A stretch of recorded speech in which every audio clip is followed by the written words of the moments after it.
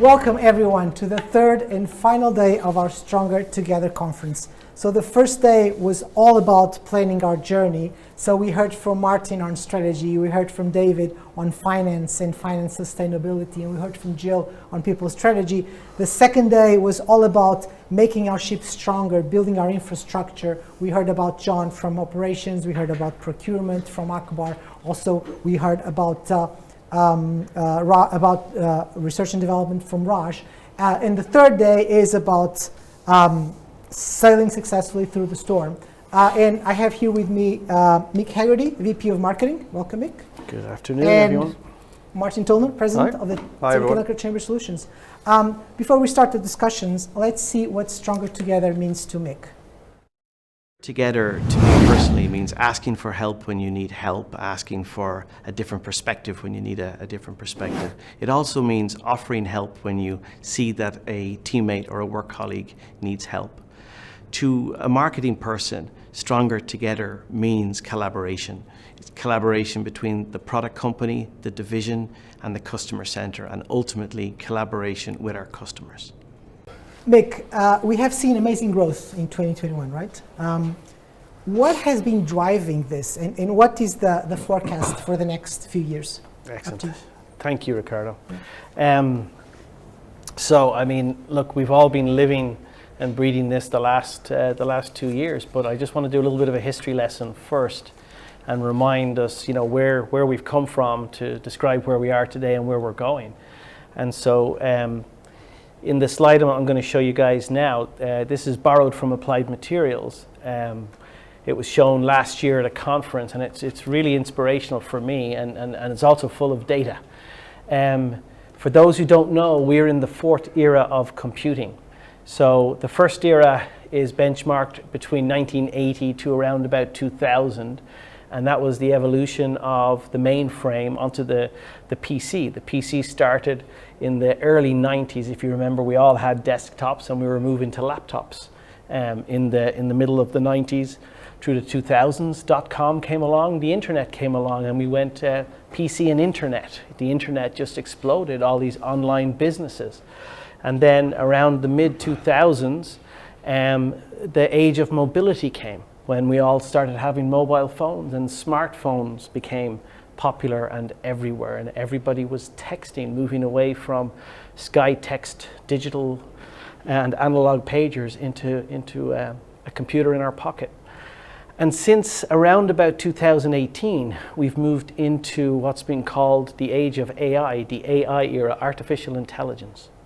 So to put that into numbers, it took about 40 years for the market to consume from $50 billion per year of semiconductors to where it was in 2018 at about $500 billion of semiconductors per year being manufactured and being consumed.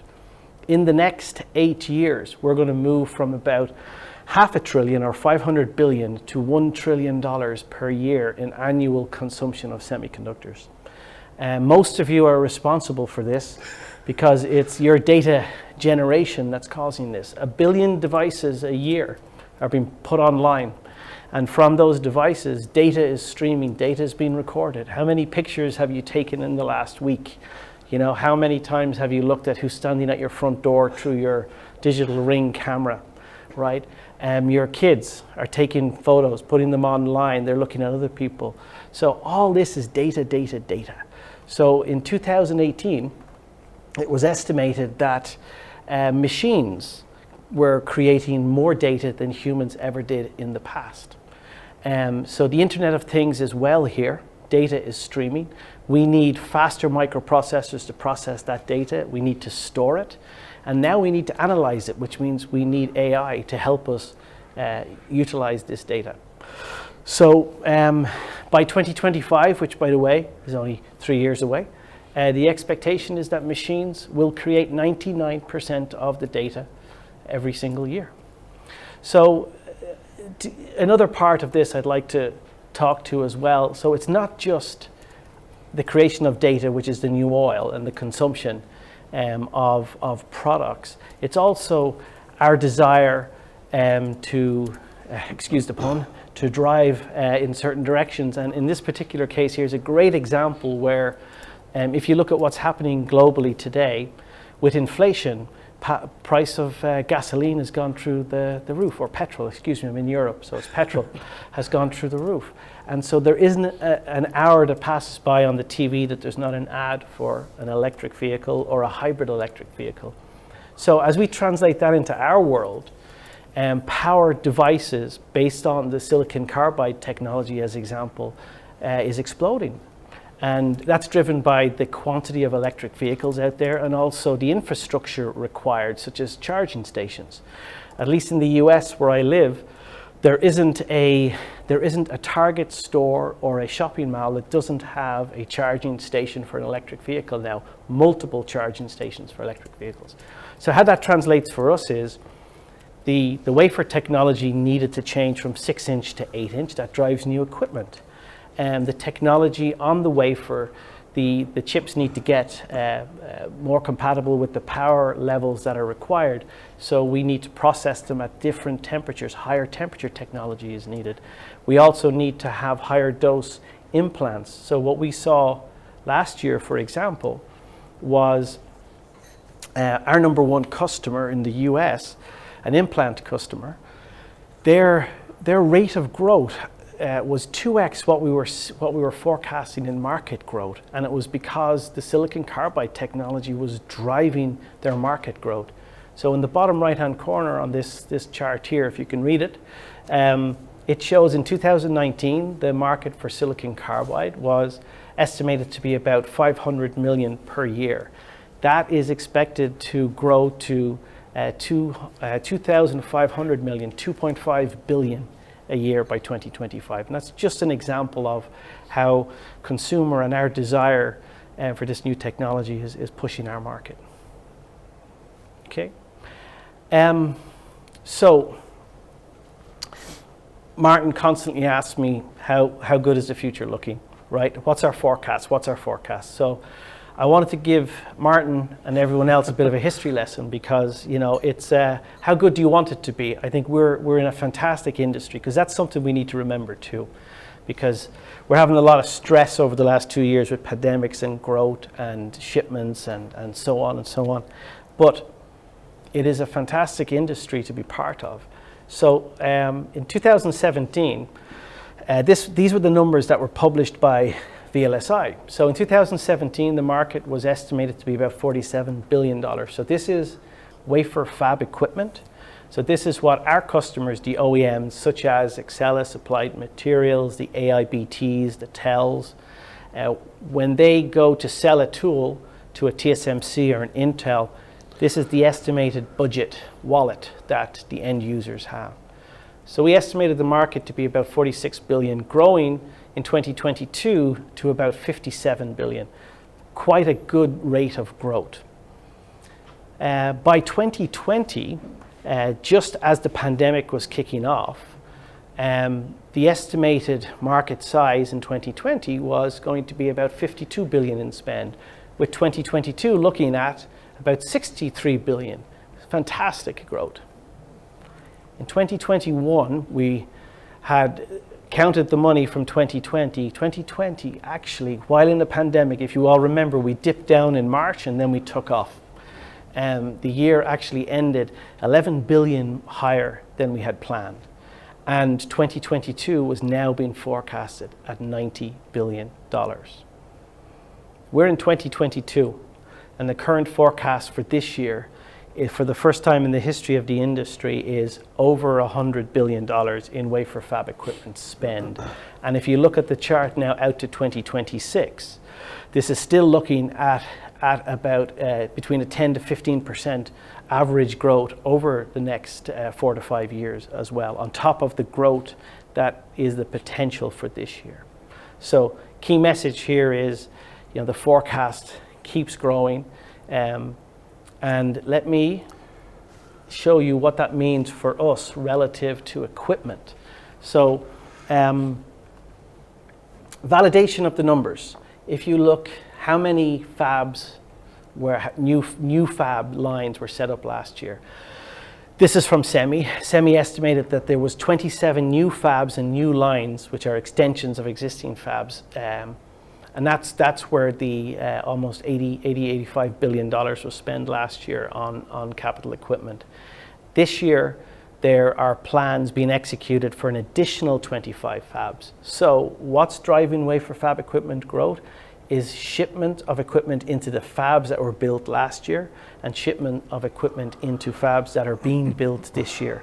And there's also fabs that are being built this year that will be shipping equipment in 2023 for that hasn't yet hit our order book.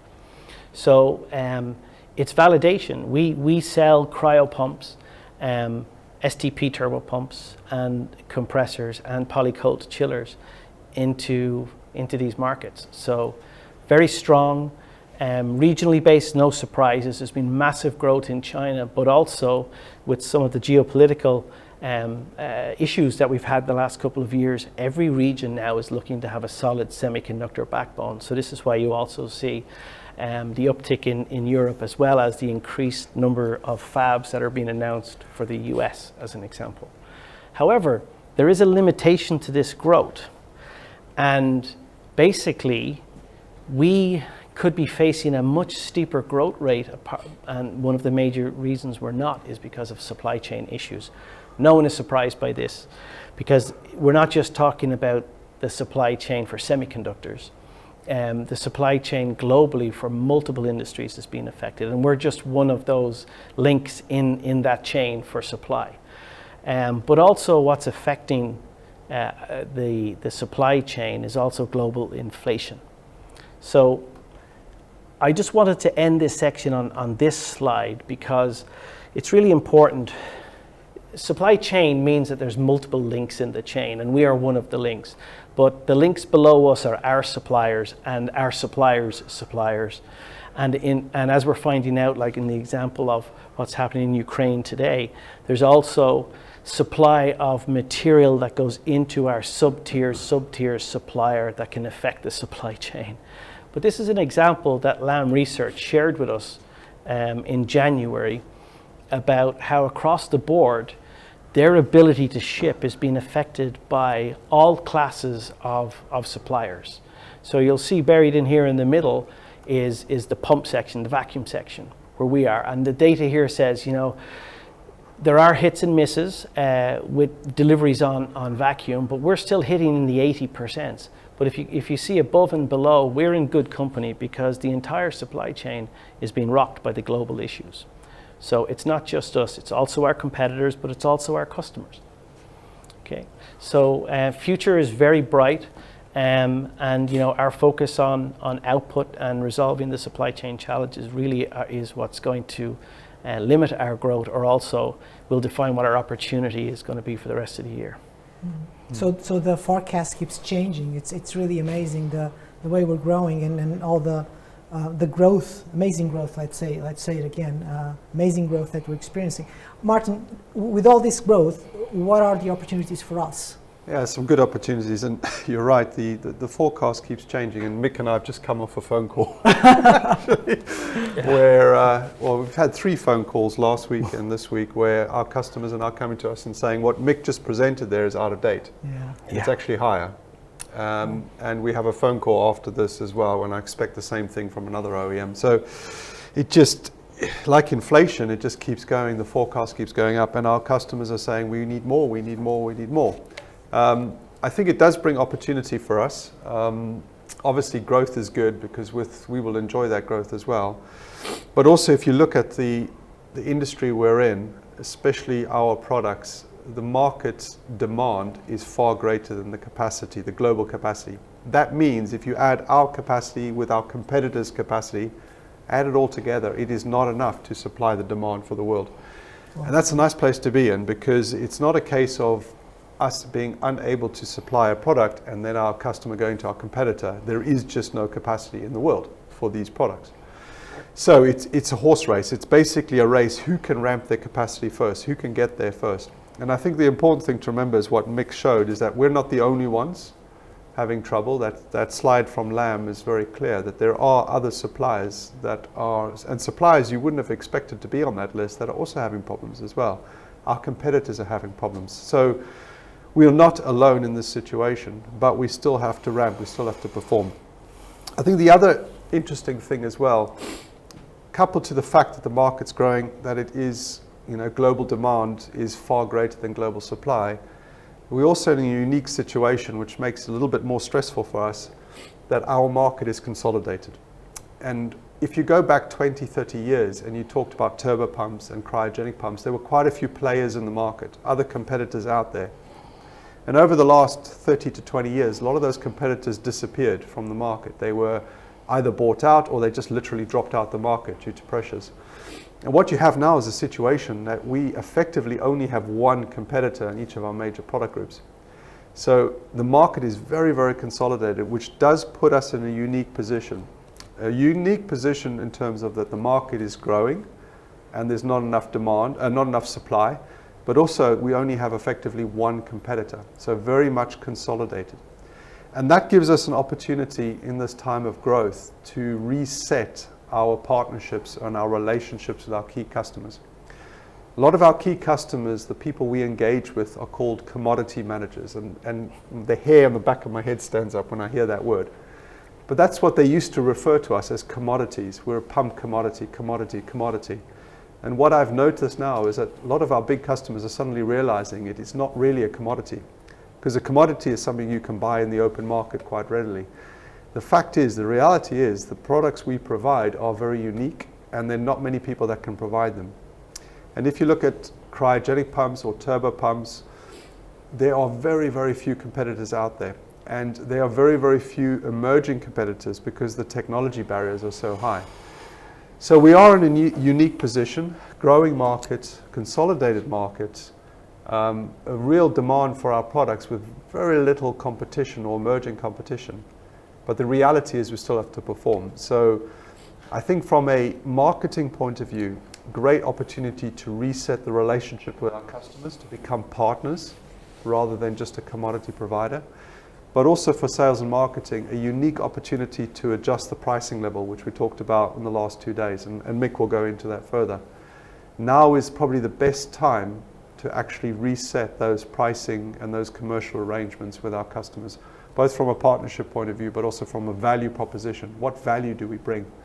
Because I think some of our big customers are starting to realize that there are very few suppliers out there. The market is growing. The value proposition we provide is more than just the pump and its performance. It's the service, it's the relationship that we have. So it's a great opportunity, and I think we should take this opportunity to reset that relationship. So Ricardo, answering your question, the growth is great. We'll enjoy it, but it does put a lot of pressure on us because of this market condition, and we need to perform. But let's utilize this opportunity to reset that relationship with our key customers, and especially the pricing, which Mick will talk about very, very soon. Yeah, so talking about pricing, I would believe that increasing the pricing to our semiconductor OEMs, it's not an easy thing to do, right? Or it's never easy. What is your view on how we're doing on that and what needs to happen? Okay, so very good. Thank you, Ricardo. Very good question. I think yesterday in the operations and procurement sections, John and Akbar talked about capacity and talked about the challenges with procurement.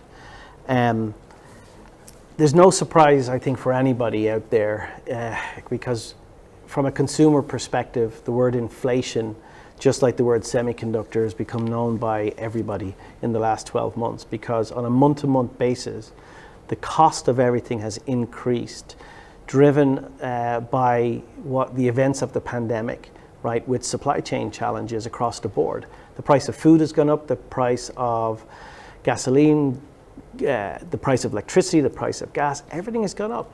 And so no surprise is in 2021, we went through some significant cost increases as well.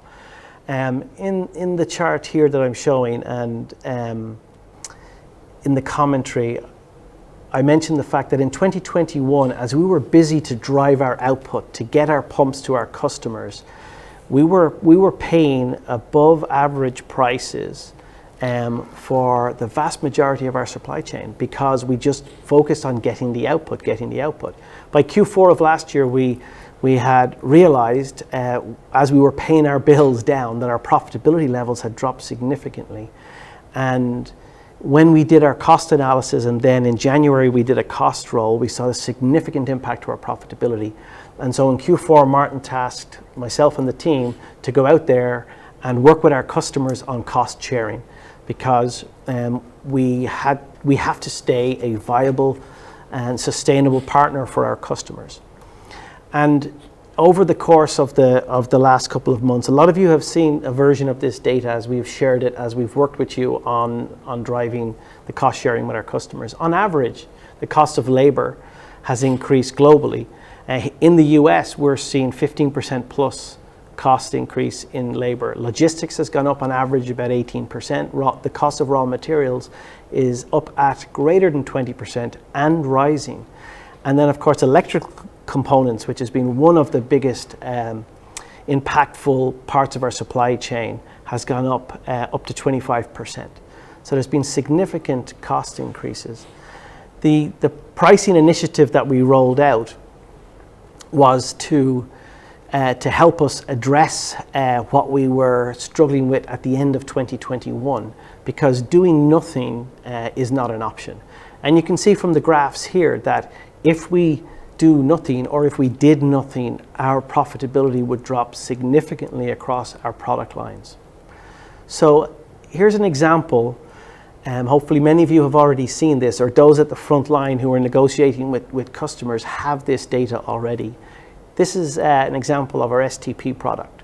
You can see from the table I'm showing here that nearly 30% of the cost of the BOM, the bill of material for this pump, is from raw material. If you add in the envelope as well, you're talking about 40% of the cost of the BOM comes from aluminum, or for us Europeans, aluminium. And it's gone up on average about 20% in the last year, and it continues to rise. If you look to the controller, which is of course a critical part of the turbo pump as well, and 99% of the cost of a turbo pump is in the electrical components. The average cost of those components to procure them has gone up between 10 to 12% and higher. The reality is there's been intermittent supply chain dropouts where we wouldn't get shipments from customers or from suppliers. And so Peter and Deb's teams would have to go out and do spot buys in the market where we would pay significantly more, higher prices to secure the supply for the next month, 2 months, 3 months, 4 months. So in this slide, I just want to call out the great work that's been done, the hard work that's been done at the front line by many sales teams. We're definitely on the right path. You can see that from the green and the yellow bars that are shown here. We're still in negotiation with some of the key customers on the cost sharing, but I'm happy to report the vast majority of the larger customers, we either have closed price increases, the first round of price increases for 2022, or we're in the process of closing it. And we are beginning to see the impact on profitability in March and in April. Today is the last day of March, so we will be able to see the numbers next week. But going through April, absolutely every customer that we have been in negotiation with, we have to have completed the pricing increases. So I'd like to thank those who are actively engaging. It's a difficult conversation, but it's also the right conversation to have with our customers. And I do want to just share a word of warning on the reality too. Costs haven't stopped increasing.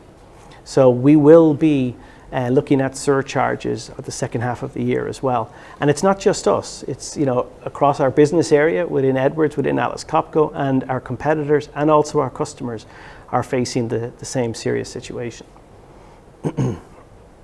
So our simulation here shows with this good work being implemented, we'll arrest the downward trend. And I just want to stress too that this is cost sharing. So we're not passing 100% of this cost onto our customers. We are still absorbing some of it because we are committed to driving the output and keep the continuity of the supply.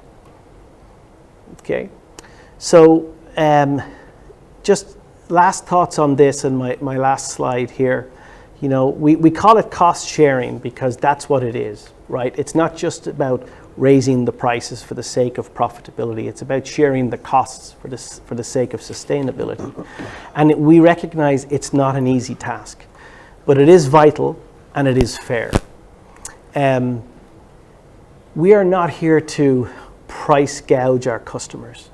And cost increases are a separate discussion with the customer on factory output constraints. Even though our customers, of course, want to link paying higher prices for a product they received last year, they want more output from commitments from us this year.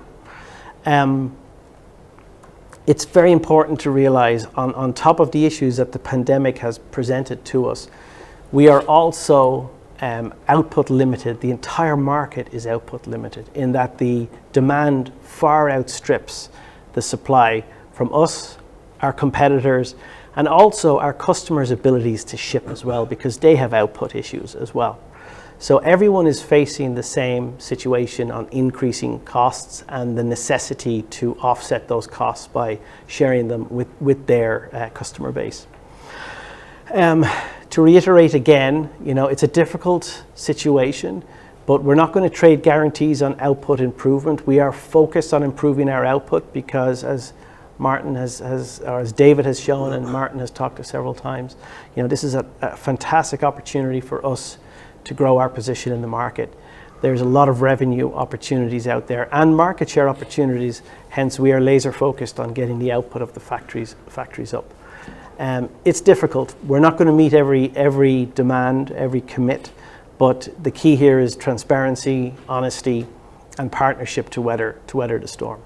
I would just like to do a quick recognition for some of the hard work done by some of the key accounts relative to difficult negotiations, because what you see on the screen here are negotiations that have closed out, and we begin to see the impact in March and April. But I don't want to exclude any region, because there's many sales teams that are pushing the ball over the line for us in March and in April. So hopefully the message is clear. You know, please continue. This is important, critical work for us to drive the cost sharing with our customers. Yeah, definitely something important we have to do. Martin, can we get your insights on how important it is to ensure that prices are really raised? Yeah, sure. So I think first of all we recognize this is quite an emotional topic. So when we saw the cost increases coming in sort of Q4 last year, you know, we were quite shocked with the level of increases, and I think David presented it, that sort of hockey stick of adjustments that were going up. And we had quite a tough leadership meeting in that quarter, because for all of us in semiconductor, we've only known a world of cost reduction and price improvement to be competitive. Going into the market and saying I want 10% more price in semiconductor OEMs is not heard of. It's something that's, you know, crazy. You can always draw to the examples of Pfeiffer Vacuum that tried to do it, and it didn't go very well for them. But I can tell you that we've got over that, and we start to see the ball rolling. I think some of the accounts that Mick show you that it's happening, it's possible. Customers are accepting it. I think customers are more concerned about output and getting the products at the moment, making sure they have a guaranteed supply. And also a lot of our competitors and other suppliers are doing it as well, and you see it in the world around us. So the message is exactly what Mick said, is we need to drive this. This is not about us trying to make extra profit. This is us about sharing the costs and providing the value to our customers. But we've got to execute on this. It's really, really important we do that. And it is a completely separate topic to volume and guaranteeing of volume. Volume we have to deliver anyway, but pricing is our future. I think why is it so important? I think revenue can grow. It can go up and down in percentage quite violently, but profits as a percentage doesn't change by much. So in other words, if we only focus on profit as dollars and not percentage, we can grow at 20%.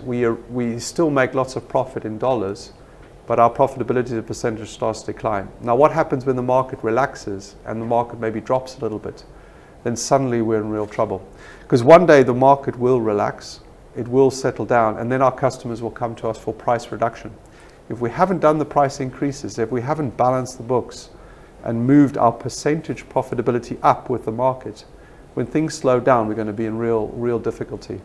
And if you look at the business in total, wherever there is turmoil in the market, be it positive or negative, there is natural consolidation as well. So everyone remembers the crash of 2007-8. A lot of businesses disappeared.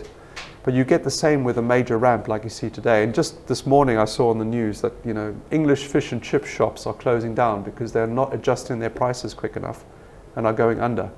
And I think it's the same thing for us. We've got to make sure we adjust our costs and we follow through on our costs that we receive, transfer them over in price increases, and we are acting quickly on this to maintain our percentage profitability in our products, because the percentage is more important than the dollar value right now.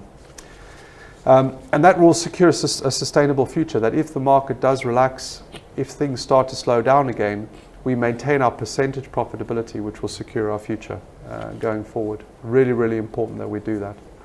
But it is a big challenge, and I do also want to echo what Mick said. A big thank you to the account teams, because especially the ones shown, but also the ones that have obviously weren't mentioned, but were tabulated or put on the table. A lot of our sales team have done an excellent job with some really tough OEMs negotiating the price increase, and I'm really proud of that. I think it's a great example, because I'm quietly confident that we're going to have to do it one more time this year.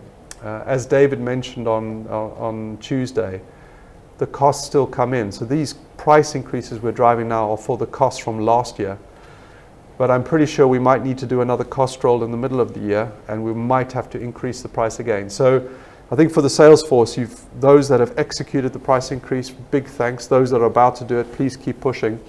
But for all of you, please prepare that there might be a further adjustment on pricing coming later in the year, because we don't see the inflation slowing down. It's still increasing. We still see costs going. But it is vital, Ricardo, that we do this. And at the end of the day, our job is to build a sustainable division for the future. And that comes in the form of its infrastructure, its facilities, its people, but also the profitability of its product. And the product profitability is what pays for everything. It pays for all of our salaries. It makes sure that we have money to invest in R&D and new facilities. So really, really important we do that.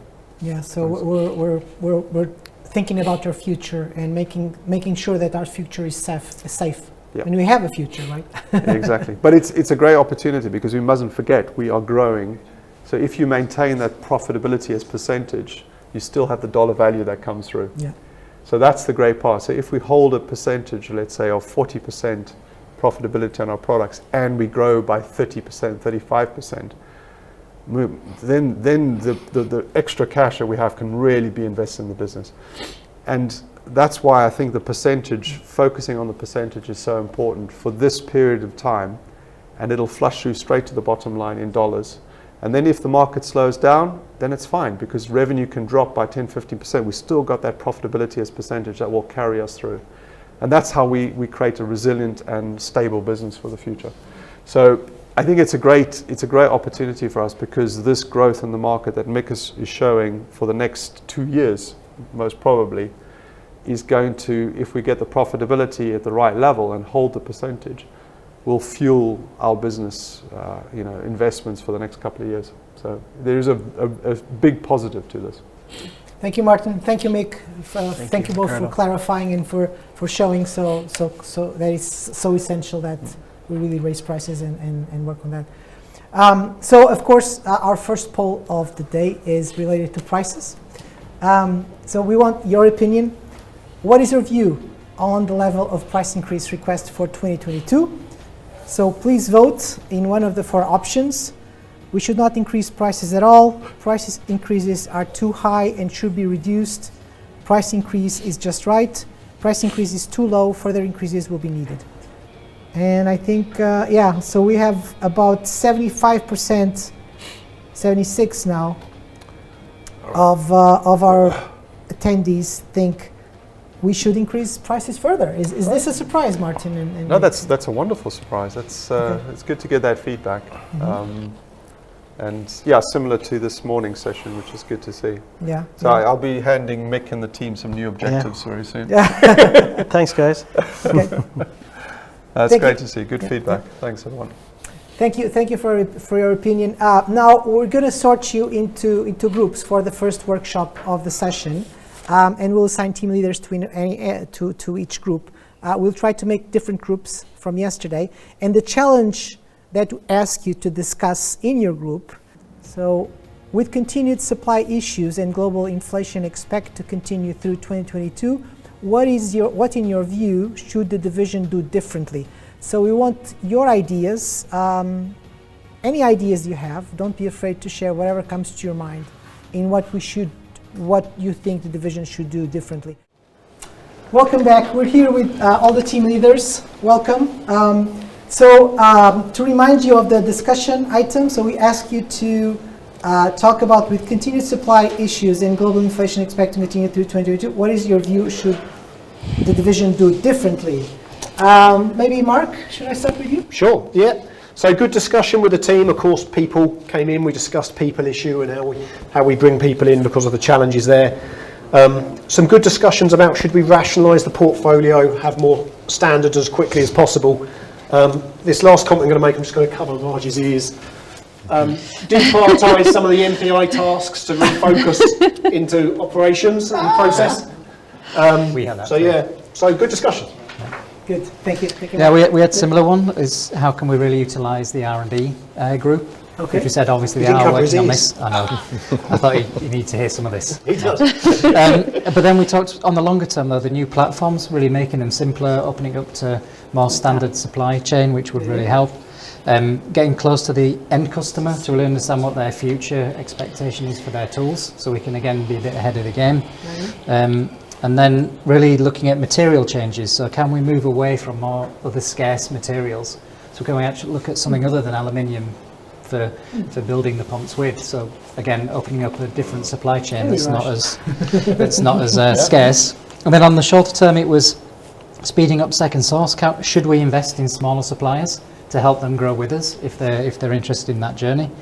And then we had like more consignment with key suppliers. So again, we can increase the supply to us, but not have to pay for it, which I'm all for. And then we had also 3D printing, because again, that stops all of the logistics. It means we can just use the materials that we need. And really, if we can really utilise that, it takes away a lot of the logistics as well. 3D print people. It would be so much easier. The McDonald's model of product. We had, I don't know that you can do the people, but we did also talk about 3D printing of strategic parts, the self-sufficiency that would bring us. And although it might not be cost efficient in some cases, it gives you the speed and efficiency and agility. And actually we did talk about, in some examples, it could be cost efficient in the aluminium with the turbines if we did that. Whether it's possible or not, we didn't get to. But that came kind of from a discussion around similar in terms of the inventory, like just in time, we decided it's a model that's too fragile for the current environment. So how do you move to a model that does work? It's just too late. We're good at that. No, but having that stock and inflation, and actually we then, because we did spend quite a lot of time talking about parts shortages, and we went, oh, hold on, we haven't really talked about inflation, but the link between the two, if we actually did pre-buy material at volume, at a cheaper price, knowing everything's just going to go up, it's not going to go down, there is potentially a cost saving in there. So although the inventory piece is difficult, how does that actually work in terms of the balancing of the different costs? And then, as I say, we talked about the 3D printing piece. We talked about the widening our supply base, the global supply chain management, and how can we flex the scale of Atlas Copco, the muscle of Atlas Copco, to actually have a bigger influence in some of our smaller suppliers, and how do we partner with some of our customers to also have influence? The examples of AMAT and LAM came up, and where we're doing that, can we do more of that? And we'd also had a conversation about distributed manufacturing, so can that help in terms of the output? And obviously that would help in terms of the inflation and the cost pieces, but we went back to there's still some challenges around processes and being able to have the strong, everything we need in the send team to be able to get it to the right place, and it still has a supply chain element to it. So lots of great ideas. Lots of ideas in my group. Yeah, Raj, really would you good. like to jump Yeah, I've got a couple of good ones. One of them will have to cover Mick's ears. But one of them was around making more product available through service, so we can sell more high margin upgrades. I know we talk about allocation later, but this came up at this session. We can boost margins by shifting the mix from the product company and partnering more with STCs on opportunities to sell more service up front. The real controversial one, explore the possibility of cutting out the middleman and selling directly to end users. Do I have to dodge a bullet here from Nick? No, more profitable for sure. Yes, more profitable for sure. And I think it was pointed out that there are other entities across the semi group that do this. So I think it was brought up as something to explore given the extraordinary climate we're in. Design for value came up with cost reduced components, a little bit more of a long-term play. Logistics costs. We go into looking at a global control tower, centralized logistics, but with global visibility. And I think an interesting point was brought up. It's not really a lever, but it's something to keep in mind when we're having these tough price negotiations with LAM, for example, is that the OEM engineers who we have good relationships with on the engineering side, those relationships are getting damaged, and there's a risk of, you know, the years that have been put into building those relationships getting a little corroded due to the current toxic atmosphere between the supply chain folks and our folks. So how can we kind of, you know, keep that sensitivity in mind as we go about this? Good. Encouraging thing from my group. A lot of these inputs are all good, but they're much more longer term. So our group did focus on the here and now, 2022, more than those longer term effects. The encouraging thing was we're doing a lot of the right things. It's how do we do it faster and more effectively. Communication also came up, making sure that it's the communication at the right level. No news is better, bad news is better than no news. But again, managing the frequency of it and at the right levels. But more of the same, but faster. So, Ricardo, I think on a similar theme, and what I've not heard from any other teams so far, both Sue and Larry were reflecting on our current state in Chelmsford is really quite aged, right? And that the move to Haverhill is a real page-turning, new chapter opportunity to go in with efficiency, new automation, all that funky new stuff to make a step change in cost down.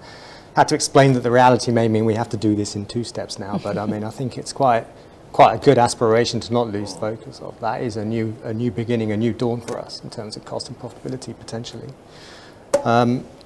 Other than that, I think the Montreux contributors, Jorge and Marco, were very focused on improving the current designs, so emphasis on VAVE, taking some of the cost out of those old designs, challenging the use of commercial componentry. We throw half of them away because they're not spec'd correctly for our application, so we're buying cheap things but have to buy twice as many, so challenge that whole assumption. So more about an improvement VAVE type thing. Again, long-term, John, like you said. Oh, that's all good. It's great ideas. Mick, anything to add from just a couple. just a couple. I already have the weight of the world on my shoulders. You do. Hold on a second. No. So Kim brought up a really good point. It was just out of left field, but good. It's like what we should be focusing. You know, because we're talking about cost sharing, raising prices with customer. You want me to go this way? No, okay. Lines on the floor where to start. Mick can't even follow them. It's also about making sure we're spending. We're putting our money into the areas that are most important. So in other words, that reduce our costs in areas that aren't as important to getting our capacity up or the move to Haverhill.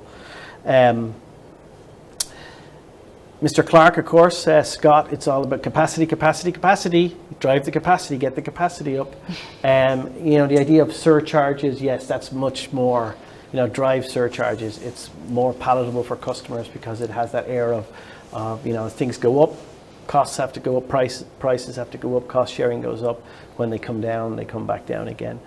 And then general discussion around creative ways to do this. Are there models that we can employ similar to like in the analogy of the airline model, right? Where you're paying for a bag to go on board. right? You know, is there ways that we can pass on costs that way? So our equivalent would be, some customers already pay the cost of transportation, they pick up from the factory. So we say, okay, all customers have to pick up from the factory, right? That reduces down our cost, which is the same as their price going up, but it's another way to do it. And then things like, well, another interesting idea was, do we have to sell cables and helium lines? Do we just outsource to our customers? You guys go get them, right? You know, that's the way to do it. That's an interesting one too, given that's one of our major shortages. So pass on the problem to the customer. So yeah, no, some good discussions, a couple of topics similar to what the team was talking about, but yeah, interesting. Okay, perfect. Thank you to the team leaders. Thank you very much. We have some time for some questions, so I'm going to check the chat box to see what you wrote there. Let me see. And so we have, okay, a few questions here. Very interesting, as usual. Thank you for our participation. So the first one is, I guess, for Mick. Mick, crypto farms are going to grow exponentially as people seek low power consumption supercomputing. What aspect of the industry does that fit for Edwards? Oh, interesting. I mean, it's going to be a massive consumer of semiconductors, which is good because if I'm understanding, it's another data farm to support, right? Yeah. So that's a big memory driver. That's been when I showed the slide earlier about right now foundry spending is being dominated. Probably 55% of the spend is foundry. This is a lower year for memory, but every year when internet-like applications or data storage applications grow, that's when the memory spend takes off. So a great opportunity there. Yeah, it's just another example of fueling the industry. Yeah, there you go. And things change constantly, so lots of opportunities to grow. Another question we have here is, how has the tremendous rise in the semiconductor market affected our thinking about market diversification as a long-term plan?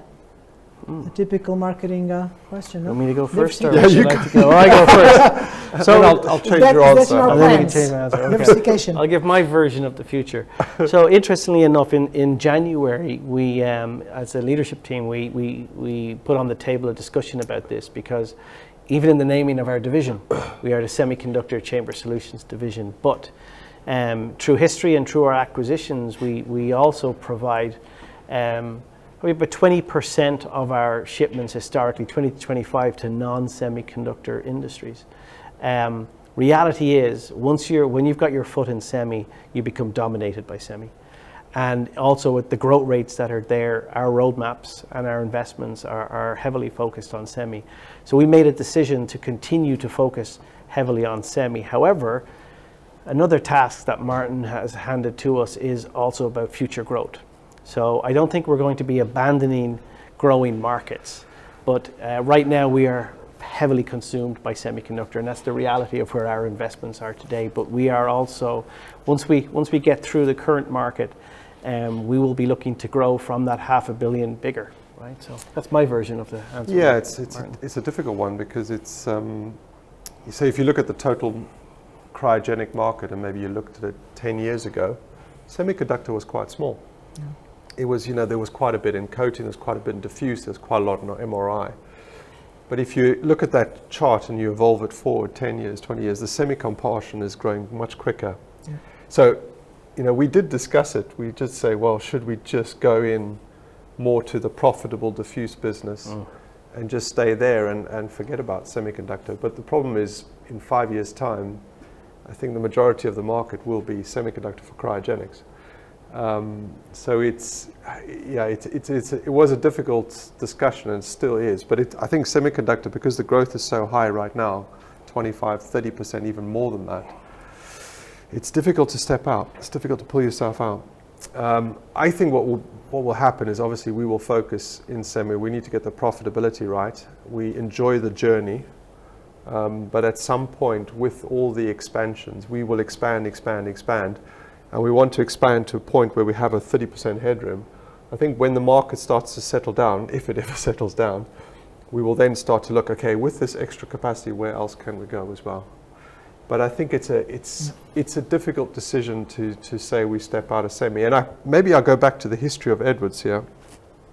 And actually, I'll go to the history of Leibold. It's even probably better.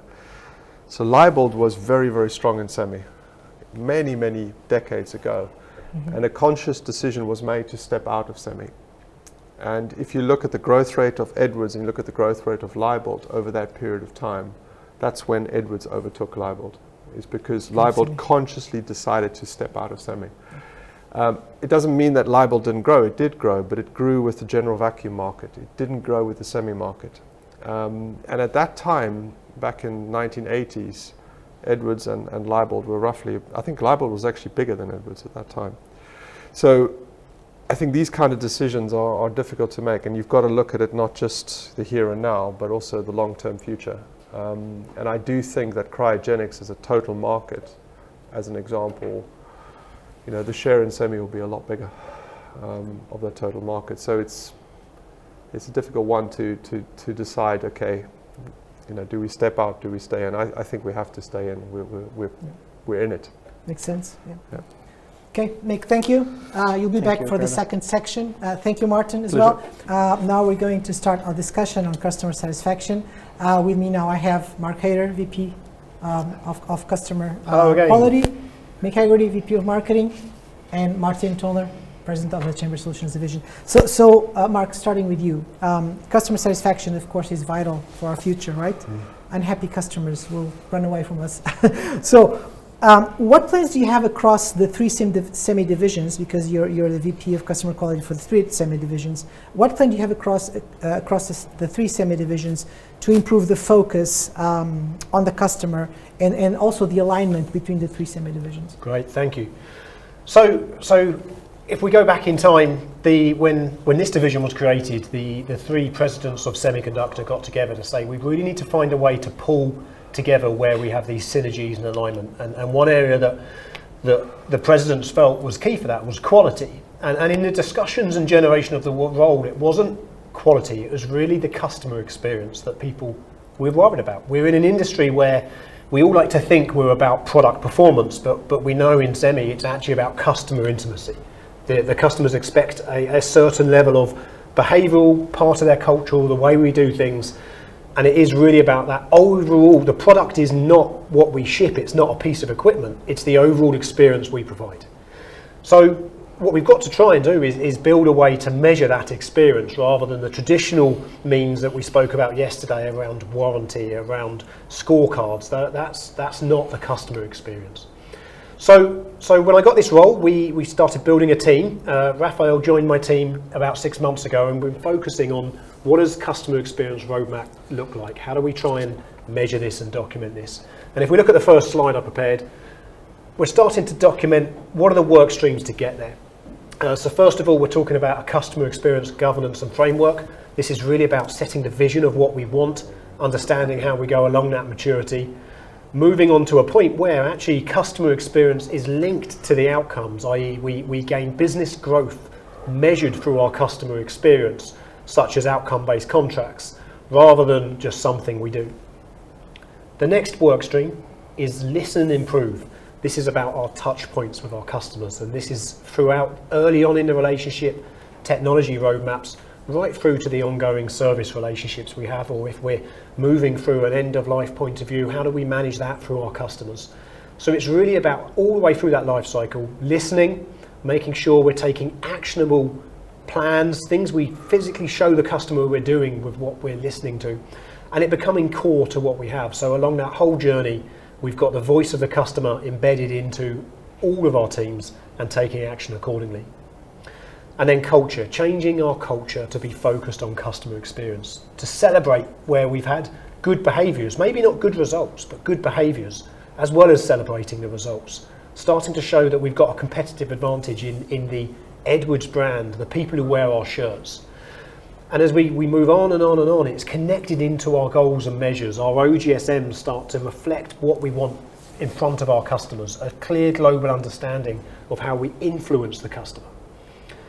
So ultimately the mission is really, we've got to try and start planning to exceed the expectations in customer experience. We talk about meeting them, and we're not meeting them yet, but ultimately as a vision we've got to exceed them.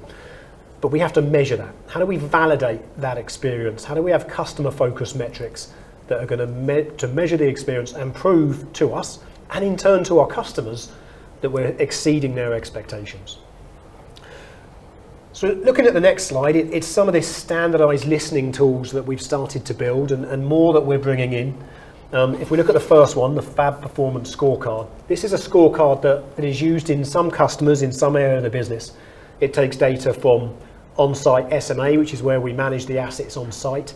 It might be through the connected data we have, be that through GoldLink or through EdCentra. It will include SAP data, safety data, but showing an objective scorecard of the day-to-day operations in the Fab. How do we roll it out further? How do we roll it past the early adopters? And then with that information, how do we cascade that back to the PCs or the STCs or the divisions to take actions to further improve our performance? The second one is capturing the day-to-day voice of the customer. And this is something we can do as much with non-key accounts as well as key accounts. And this is really going to be something that field service engineers, technical support engineers, key accounts, sales can use as a quick little mobile guide to capture what was it a good discussion, what was the feeling and why. Something very quickly that we can pull together to start to measure where the day-to-day journey is going with those customers, and what is the feedback from the different decision makers in the customers. We're also looking at launching a customer pulse check, something we've discussed with some of the key account teams here in Chamber Solutions. This is really going to be a slightly more regular survey, more of a discussional survey that the key account teams will have, with wider than just the purchasing team, with the DMUs across the account, to try and say how are we doing, what areas are we meeting expectation, what are we not. We know what that feedback is today, we know where we're not performing, but where are we doing well, where do we also need to do better that we don't talk about. So we'll start to see that later this year. Again, can be used on non-key accounts, third tier, as well as the first tier accounts. Number 4 is the traditional way we've done customer scorecards. Let's be honest, customer scorecards will focus on cost, quality and delivery. It's not going to be a good year for scorecards. You know, quality is getting better, yes. In some of our product families it's very, very good. But we know that we're letting down a lot of customers on their expectations of delivery. We're getting better, we've got plans to get better, but it's not going to be good in the scorecards. And we're bringing out cost increases. Again, that's not going to reflect well in the scorecard. So measuring ourselves by the customer scorecard is not going to be the best thing to do this year. We need to keep an eye on it. It's very important. But actually the perception of Edwards is what we need to understand, not where we are on the delivery and the cost management, because it's not going to meet their expectations. The 5th one here is the VLSI Customer Satisfaction Survey. This is mostly with key accounts. That's where the third party, the trend analysts, VLSI, survey our customers. This is something that we've done for the last couple of years. We've pushed really hard on this year, and I think we're going to be positively surprised by the feedback. But what we'd like to do this year with that survey is, again, what do we do with that information? So far it's been something that we use in the regions to decide what discussions we take back to the customers, but there's useful information in there that we can use in the divisions and in the PCs to change the way we do things, to make differences. So how do we cascade the right information? And that's something we're going to start in place by the end of this year. And then lastly there, number 6 is the NPS survey. We've got to start paying attention to the accounts that don't have key account teams. We've got to start listening to that voice of the customer. And an NPS survey is something we've never been keen to do in the semi-industry before. It's not something we felt is the right way to go. But actually, these strategic customers who are growing, you know, we've got to listen. We've got to be ready as they grow to support them better. So a different type of survey that is linked to orders or is linked to a cadence that is asking some very basic questions on how we can do better is something we're going to be launching later this year in key areas. Now, this tool set isn't something we're saying everyone must do. This is really for the regions, the key account teams to look at their customers and look at the tools they want to use, what's best for them. And as we start to put it together across the regions, into the divisions and into the PCs, you know, it will form a good picture of how we're performing and what our customers think, even though we may have gaps, because it's got to be right for the account teams. But hopefully throughout this year you'll see more and more of this, and my team are here to help as we drive this out in the discussions we're already having with each of the regions. Thank you. Yeah, thank you, Mark. It's great to see that now we have tools and ways to measure customer satisfaction. So it's really interesting what is out there. So, take a look at it. Mick, now to you. So with global supply chain shortages that we all know are here to stay, it has been extremely difficult to manage customer expectations, as we all know. How best to manage this situation, which is likely to continue through 2022 and probably beyond? Okay, thank you, Ricardo. Very good question. I think, firstly, I'll draw everyone's attention to the image that you're going to see right now. This morning I said, this is what Monday morning feels like, and also it's what Friday evening feels like sometimes, right? I was reminded earlier of a conversation and a slide that Declan Scanlon created for us 2 years ago. It was March of 2020 when the pandemic had kicked off and our order book started going crazy. And it was about, we were using the analogy for one of our business boards of a perfect storm. Yeah. And it was because the bottom dropped out of our supply chain globally, as in we weren't able to get commitments on shipments, and our order book, the demand profile just went crazy, went up. And that's exactly where we started off 2 years ago, in the perfect storm. I'm not going to stand here and lecture to you guys, to our field teams, how to do account management. You will. But what I will do is offer some observations from the interactions that we've had and that we've observed and that we've been party to with customers and with the accounts ourselves and the customers. It is a perfect storm because we are in a time of crisis, and the crisis changes week to week, and they are on uncertain times as well, in that there is uncertainty of what tomorrow's going to look like. So how do you navigate through that storm, right? To use our theme, our analogy for the conference. I think, as I mentioned earlier, it is critically important to remember that we are not the only ones falling short, right? We are suppliers in a supply chain. We have suppliers below us, they have suppliers below them. We have customers in front of us and they've got customers behind them, right? So, but we're not the only ones falling short. Mark talked about customer experience, right? And the age-old term of customer satisfaction, right? And I think we're redefining metrics right now. As Mark showed, the traditional customer satisfaction metrics when you're sailing in sunny days on a calm sea is, how's your quality, how's your cost, and how good is your delivery. They're the usual metrics, right? Right now, customers just want commitments and they want you to ship as much as you can. How much can you ship to us, and can you get it to the date that you can commit to? Or let me know as soon as you know when you have issues. So the definition of customer satisfaction is changing. So saying yes is not the answer. Yes, I will do it, but you can say yes, saying yes, we're going to do best efforts. Yes, we are doing our best, and yes, we are being transparent with the information. It is better than saying no, but sometimes it's very important to tell a customer, we can't get you what you need. If you have an alternative, please go there, but we will do our best, right? And you don't say we don't know, right? And in some cases, we don't know.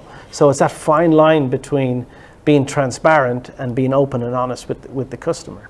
Some customers, most customers, I should reverse that, most customers will be reasonable, right? Because they are suffering through supply chain issues. They are also someone else's supplier as well, and they're getting beaten up on missed commitments and changes in communication. So they are living the same lives we are right now.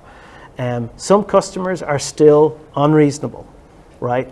But they're getting fewer and fewer because reality has finally set in for everyone over the last 18 months.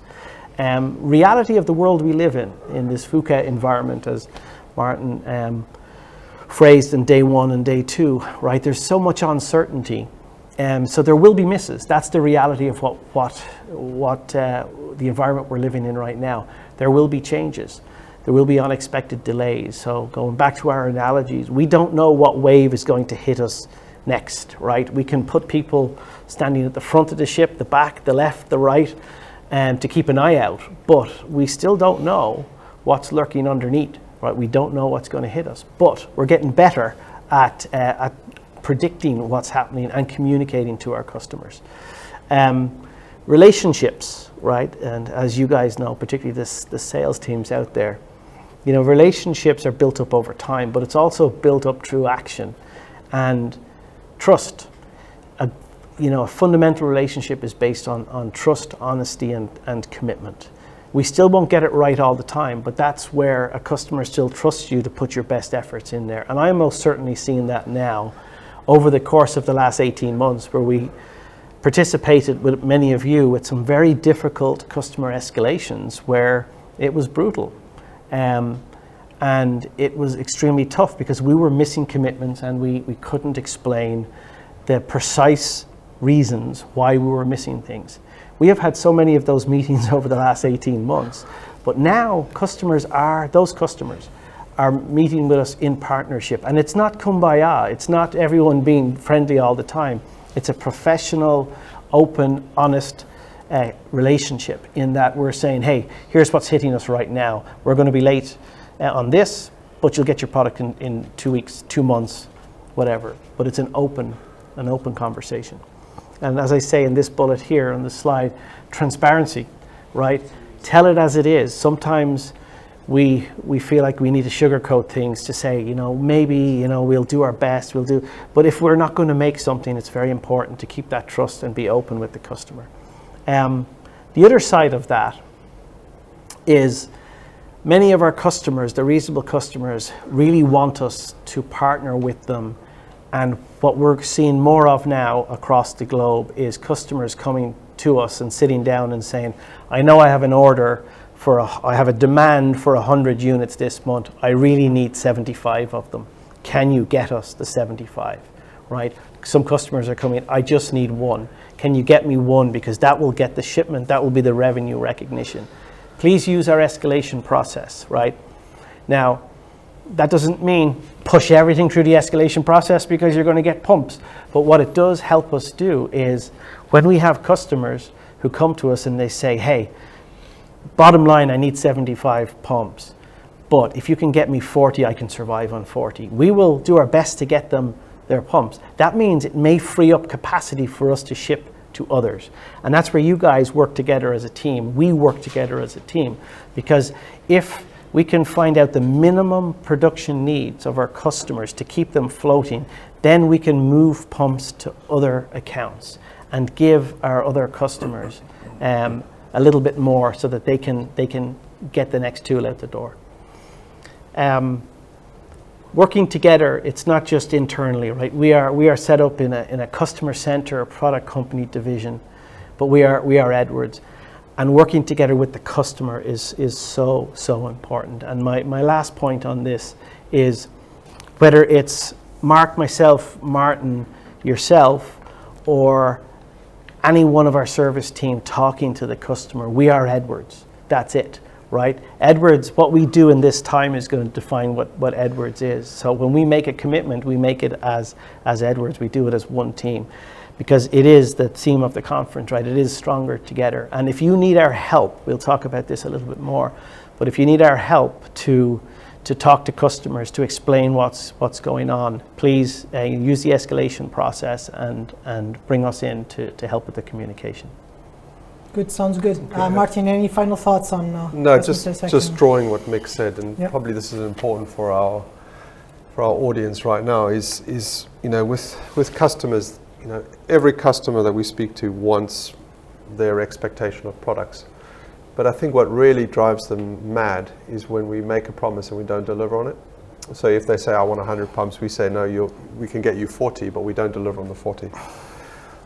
So making sure we are accurate in our statements, making sure we have a good explanation for what is happening, the reasons for misses, is extremely important. And I think this is where the communication from product company through the division into the customer center and back again is so important. So it's really, really important that we understand what we're trying to do. We're trying to ramp production. If we are unable to do that for some reason, we need to understand why, but also we need to basically say to ourselves, have we tried everything to correct that issue? One of the things that surprised me is most of our customers are actually operational engineers. So they don't ask a question about where are my 40 pumps. They want to know the reason. And if we say the reason is copper, then they say, well, where do you get your copper from? And how can I help you? And what is the shipping route? And exactly what is the reason why you can't get the copper to me? So we cannot go into customer meetings, and our sales force cannot go into those meetings without all that information. So my message is to everyone, product companies and customer centers, the flow of information from product companies up to the customer center and then back down, customer center information back to the product company is so vital. Because for the people in the product company, they need to know what is the temperature in the market.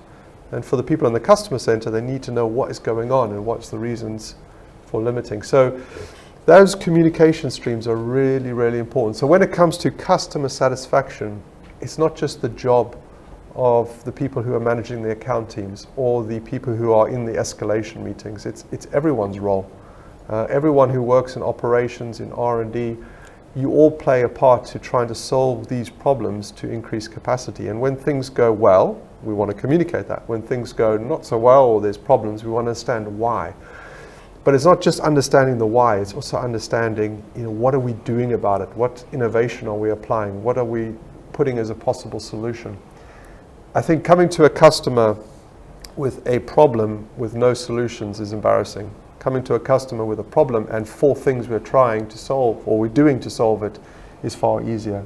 So I think, this is where the Stronger Together theme comes again, because I honestly feel with this topic, in the situation we're going to face for this year, the flow of information from product company to customer center and back again is absolutely vital to ensure customer satisfaction. And just referring to what Mark said as well, all these tools that we're looking to implement is, the customer centers will pick which ones are best, but at the end of the day, the customer is not an object, it's not a company, it's actually a collection of people. And we're a collection of people. So if you want to gauge what is good customer satisfaction, just look at yourself. What would you expect as a customer? And I think there we can start to gauge the kind of things that we do and the kind of responses that we give to our customers. Is that the kind of response you would like to get? Would you be happy with that explanation? So each one of us, when we're writing maybe an exclamation to a customer or we're communicating something that will go to a customer, just reflect on what you're saying and say, would I accept that? Would I challenge it? And how would I challenge that?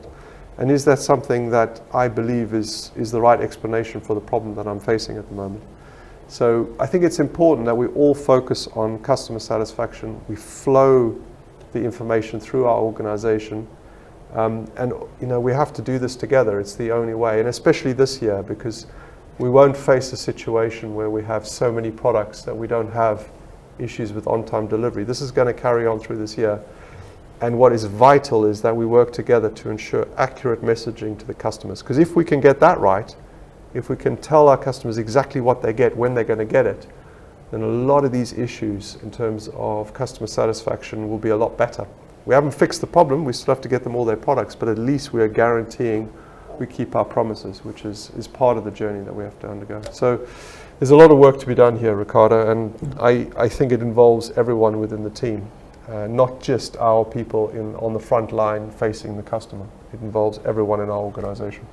So creating a good customer relationship, developing that relationship, developing the trust, so the customer trusts us when we tell them things. It's all about trust, and trust is, it takes a long time to win it, and it takes 1 second to lose it. And it's important that we are, and Mick mentioned it, we are transparent, and transparency then creates the trust if you're transparent. But you also have to provide accurate information and information that you can stand by. Because at the end of the day, there's one person standing in front of the customer promising something, but that person is making a personal commitment based on information from maybe 100 people behind them. What is important that those 100 people behind that one person are also standing by that commitment. Because those people in the front line facing our customers, and it's Mick, it's Deborah, it's myself as well, plus our key account teams, we are making commitments based on this information. So it's really important that people who are helping us to create that image are part of that commitment, and understand, that we're doing this as a team. It's not just one person's responsibility, it's everyone's responsibility going forward. Good. Sounds good.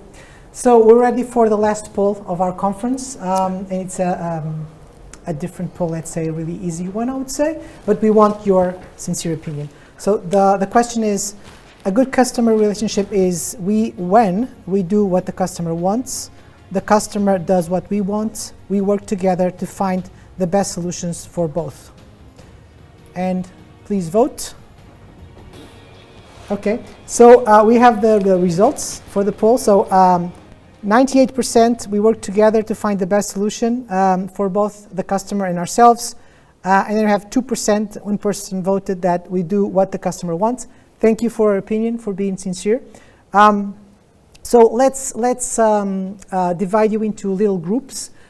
So we'll put you in different rooms so you can discuss a workshop theme that we have for you with your team leaders and among yourselves. And the question is, with supply chain limitation, should the division approach customer allocation differently? Please discuss alternative ideas, and do you see opportunities we can take advantage of now? Welcome back, everyone. I hope you had a good discussion. Maybe we'll start with, let's say, Raj. What did you talk about? Yeah, no, we had a pretty engaged group.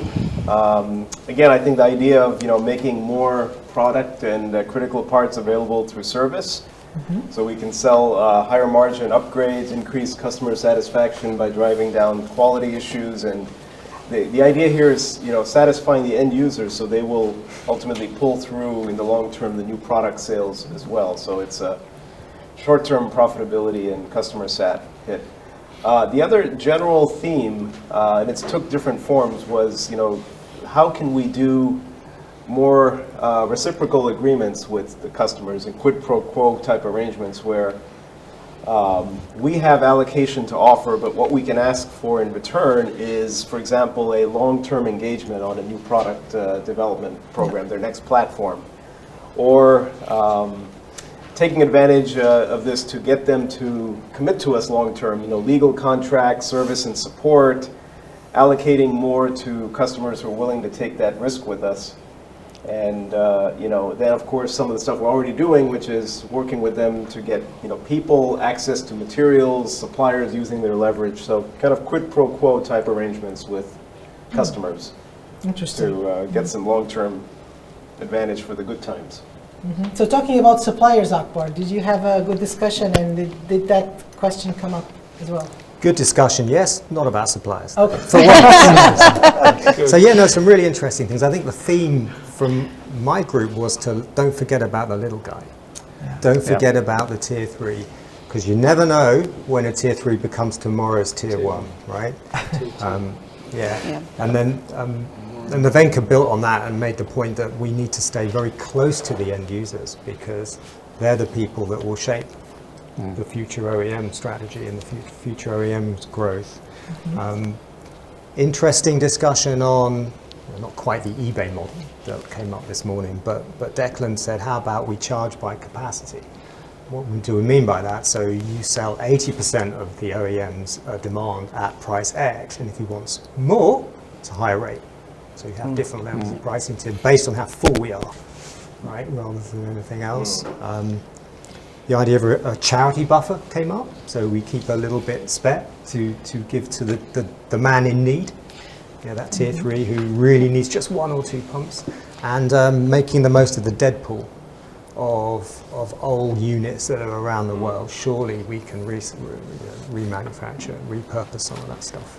So quite a spread of ideas. We had interesting ideas, definitely. We had a similar thing, the don't forget about the little guy. We talked quite a lot around smaller customers and the risk of losing them and the long term that means, but also of course that for them that is often their business. And the challenges, therefore, we had quite a lot of conversation around the challenges of actually getting accurate forecasts and the over ordering and buffering that's happening in some of the customers. So how do we know what they really need so that we can plan around it and get to the actual information that so that we can provide to the other little guys, where the big people may be saying we need a lot more than we actually do for the immediate thing, because they have other suppliers, they have other issues that are going on that mean that they might say they need 100, but really 50, they're only going to use 50 in that time. So we talked a lot about the smaller customers, and we went into a conversation on polycold as well, and the current, their world is diffuse. They move into the semi world, are they going to have similar challenges as well of getting, and the challenge of getting attention on polycold resources sometimes at the moment became one of our topics. So we had a similar themes on those with the little guy again, and who are we actually willing to lose versus who would we prefer to keep, and who's the longer term future. But I think one of the interesting ones was can we be more decisive on telling customers, actually we're not going to get your pumps, because instead of stringing them along saying we're going to try, is that causing more problems than just saying you need to go somewhere else, because being quite honest, we can't deliver to you. And I think as a sales organisation we found it very difficult we just lose a customer by saying that. But it's kind of, would that actually be beneficial for us longer term than stringing them along and actually then never delivering? And then it was, can we really look into the products where we don't make margin? We talked about cables, for example, and just speak to them and say, it's not worth our while to sell these to you. We're either going to increase the price, and actually you need to source it yourselves. And we can focus all of our resources really on our key core components. And that will also help our efficiency, more output, and therefore maybe more allocation. And I think the rest were kind of similar to what's been. The other one was reducing the portfolio offering as well, so again simplify the supply chain and the sourcing activities. Interesting. I think in my group, we had very similar discussions, again looking at service and how we'll support the end users. We did discuss how to be more fair. Do we go to more of a percentage of allocation rather than a fixed quantity? How do we protect the little guy a bit more? We discussed the auction or eBay approach, and Murray made me laugh because he just said, because we're so good at building these systems to do new ways of doing things and manage it. So probably put a realism to how hard that would be for us as a group. Good. John, any other ideas that you discussed? I would say it falls into probably two streams. One actually is the process of determining allocation.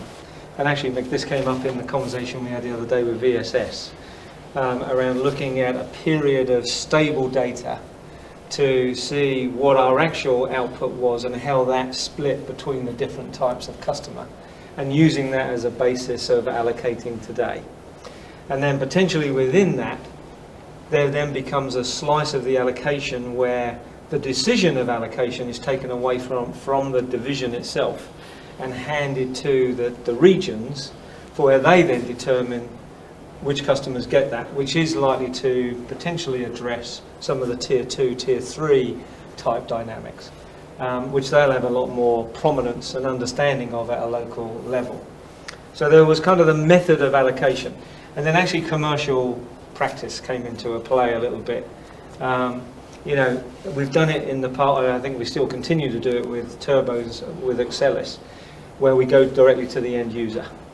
So do we move to that model, right? And the OEMs use, and I tried to get away from the word slave, so forgive me, don't shoot me down, where they're just recycling the same pump to test the tool, but we ship our product directly to the end users. And there'll be, again, we'd have to look at all the positives and the negatives to it, but we may then get a fairer balance of which end users get our product, rather than the 1, 2 or 3 dominant OEMs that get our product. So method of allocation, and maybe how do we handle it commercially. So perfect segue, because in our group, we actually spent a lot of time just talking about what allocation was about, right? Explaining what the method is. And so what Mir brought up was, we need stability, right? Give us stability first, which was playing on what Martin had said about it's better to commit 40 and deliver 40 than to promise 80, right? And you can't get there, right? So John, I'm going to sort of answer that question, or address what you just said there about, can we give fixed allocations to regions? That's exactly what we're designing to do for Yachiyo, because the Yachiyo supply output is more stable.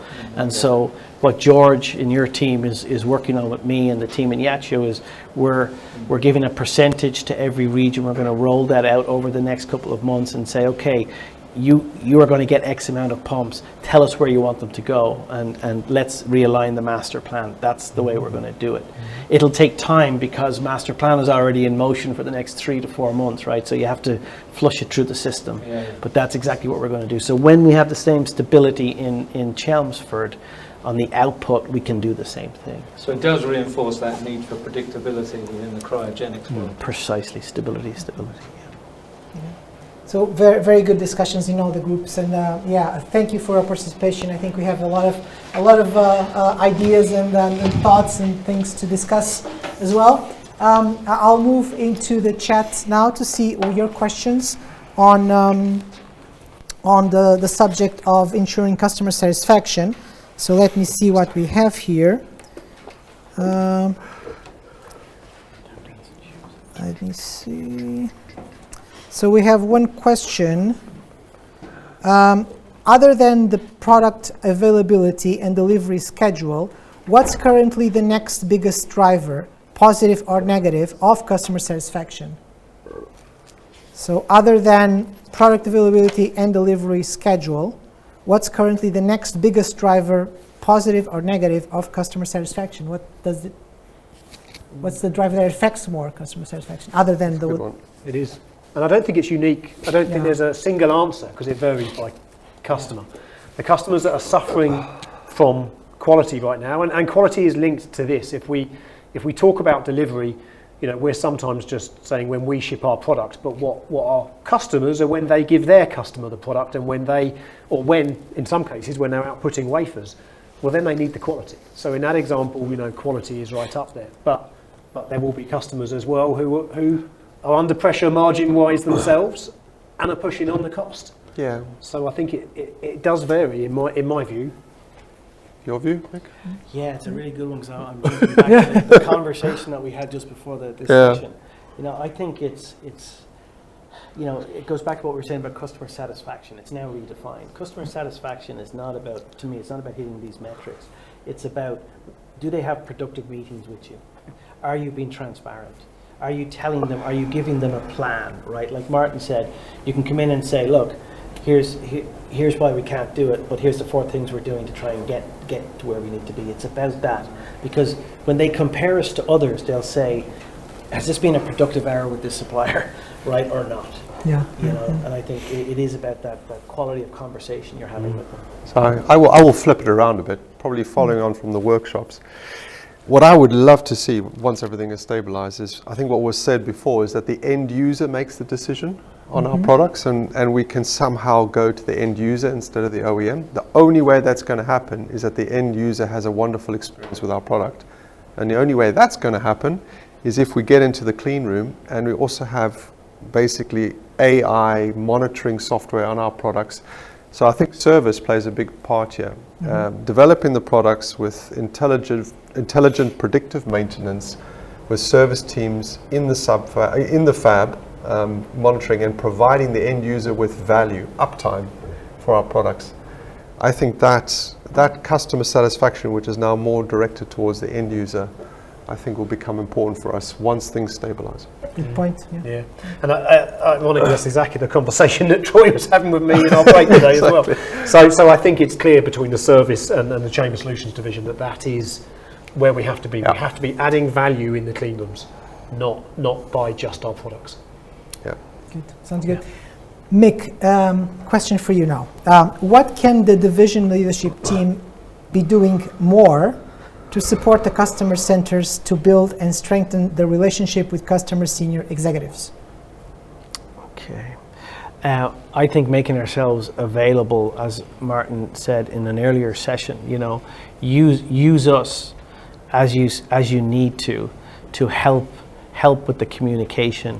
If you need us to help explain to the senior executives in the other companies, in our customers, what's going on. It's exactly we have a call coming up next. We're doing exactly that, right? Where there's a meeting with I've met more CFOs this year than I met the previous 10 years, right? Because we're affecting their bottom line. So, and all of them have been very reasonable discussions, right? They just want to make sure that you're doing your best efforts to get them what they need. So I think we're available to talk and help and work with the teams, and I think there's a common theme out of the workshops today about communication, because as Martin said, companies are not just blocks and buildings, they're people, right? And they want to make connections with you, right? And I think, use us as necessary to help with the communication, to meet with these executives. And I think we can play any role that is required as well. So some of the customer centers ask us, just to confirm to their customer that they're a tier 1, and we can do that, or at least describe what is the situation, what's the long-term plan, what's the strategy behind it. But also, utilizing us as the bad people, so that they can become the good people to help their customers. So I think don't be afraid to, utilize myself, for the right discussion, for the right purpose. But we are here to provide support to our customer centers. And so far, I think we've had very good discussions with some very difficult customers to help support our customer center teams. Okay, perfect. Thank you very much. Thank you, Mark. Thank you, Mick. Thank you, Martin. So it's time to finally meet our mystery guest, and let's see who it is. It's pretty simple. The only way out is through. If you're a leader that doesn't care about people, you're finished. And what's going to make the difference here is belief. Belief that we can do this. There was no team that was hungrier for a result than us. We were here to deliver dreams. How do we get 18 minds thinking about the challenges that we face instead of me trying to work it out on my own? This is Navigate the Storm, the ultimate case study of how to get ordinary people to achieve the extraordinary when facing constant adversity and change. So how do we ride the waves instead of being submerged beneath them? I'm Mark Denton, podium-winning skipper, and it's my mission to share with you how to do just that. Hi, Mark. Welcome to our conference. It's a pleasure to have you here. How are you? Yeah, and it's an absolute pleasure to be here, Ricardo. Thanks for inviting me. Yeah, perfect. So tell us a little bit how to turn ordinary people to extraordinary people when facing constant adversity and change, which is the case of our division. Yeah, well, it's a number of different things that you need to do. And in order to understand what those things are, I'm going to share a bit of a story with you, based on my insight of leading a team in a round the world yacht race. And a round the world yacht race unlike any other. And you probably saw some of this in the video, that this is a pretty unique event. It's 12 teams racing for 10 months and 32,000 miles the wrong way around the world. And there's very much a right way and the wrong way to sail around the world. We go against the spin of the earth. And it just makes it a lot longer, a lot harder, a lot more uncomfortable to go that way. And there is the route, a multi-stage race around the world. And unfortunately, due to the time today, I'm only really going to be able to share with you some insight from this first leg. But even that is going to be hopefully helpful to you as you're navigating your own storms in Edwards Vacuum. But actually, it's not the route that makes this a very special race. It's actually about who's taking part, because this is very much about ordinary people trying to achieve the extraordinary. So long as you're between the ages of 18 and 60, you can sign up to do this race. You have to turn up with a pretty sizable check, £45,000, to take part in the race and a 10-month adventure around the world. But you don't need any experience whatsoever to do that. And indeed, 70% of our people have never ever sailed before, which is always a pretty scary statistic as far as it goes. But literally, you get given a yacht, and it's the same as all the other teams and purpose-built to sail the wrong way around the world. So absolutely the right equipment for the job, a very tough piece of equipment. You get given your crew and off you go, and you have no choice as to who these people are. You literally get handed a list. 1 hour later, you get to meet them, and they are the people you have to get around the world and back again in one piece. We can't hire anyone new. We can't fire anyone because we don't like them. We've really got to work with what we got. But that's only the same as inheriting a team, you know, in business. And this is a real model of diversity here. Males, females, different ages, different backgrounds, different strengths, different reasons for being here. But in one way or another, there's a lot of diversity in there. And there's real strength in diversity if you can value the differences. And right from the word go, that's what we were trying to do. And one of the first things that we did was really try to understand, why are they here? What are they trying to get out of this race? So that in one way or another, we could take that into account when we were setting our kind of team vision for the race ahead. And some people were for sure competitive, and they wanted to be part of a major sporting event. And actually, that's why they were here. And they wanted to be on a team that was going to get a result.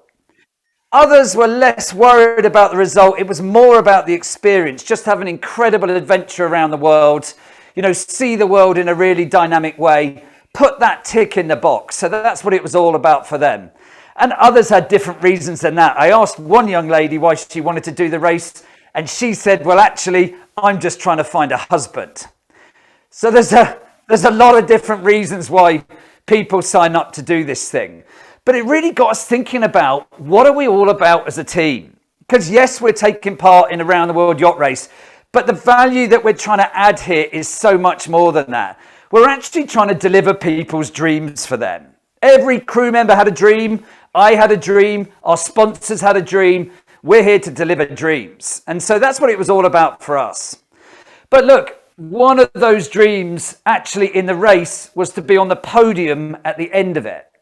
We wanted to be either first, second, or third by the end of the race. No one remembers anything after the podium. You're either up there or you're not in sport. So that's where we wanted to be. And then we started to really think about, how do we need to behave here in order that that will happen? And 3 words popped out for us that were common to all our discussions. And these were they. The first is that we've got to operate safe out on the race course. And I'm not just talking about physical safety here, because we are in a high hazard environment. But crucially, in terms of creating high performing teams, what we're talking about here is psychological safety. That people really feel safe to be part of this team, safe to say what needs to be said, to perhaps critique the strategy, to make a suggestion, to ask for help if they need it without fear that they're going to be judged in any way, you know, or told to keep quiet. You know, we really wanted to create an environment where we could really say what needs to be said. The second point here was that, you know, at the end of the day, people don't want to have a miserable time, certainly not doing something like this. So we said, look, we want to be happy as a team. You can have the greatest bunch of individuals, but if they're not happy, we're never going to get high performance out of them. So we said, whatever's standing in the way of us being happy as we go around the world, we need to attend to that. And last but not least, we need to be fast. And I'm not just talking about boat speed here. I'm also talking about our ability to learn. Because quite simply, slow boats never win. Not on the race course and never in business from my experience. But as I said, it's not just about speed, it's about our ability to learn. You know, we're trying to do something we've never done before. Against competition we've never raced against before. So we've got to be able to learn our way through it. And that's a key thing for us. So just before we kick off on the race, just a couple of last slides. One is our structure. Now we need a sustainable structure that's going to allow us to perform 24 hours a day, 7 days a week for up to 42 days, which is our longest leg on the race. And this is the structure that allows that to happen. We've actually got 2 teams here who sail the boat, watch 1 and watch 2. And they're working in a rota of 4 hours on and 4 hours off. And so you're either working or you're sleeping, and we swap over every 4 hours in order to keep this thing moving. And those watches are run by supervisors, what we call watch leaders on our boat. And so they are managing the sailing teams up on deck. We've also got our back office support, what we call the mother watch. They're the people who cook and clean for the rest of the crew, making sure the crew is nourished because we're marching on our stomachs, making sure the boat is spotless so we don't come down with a stomach bug.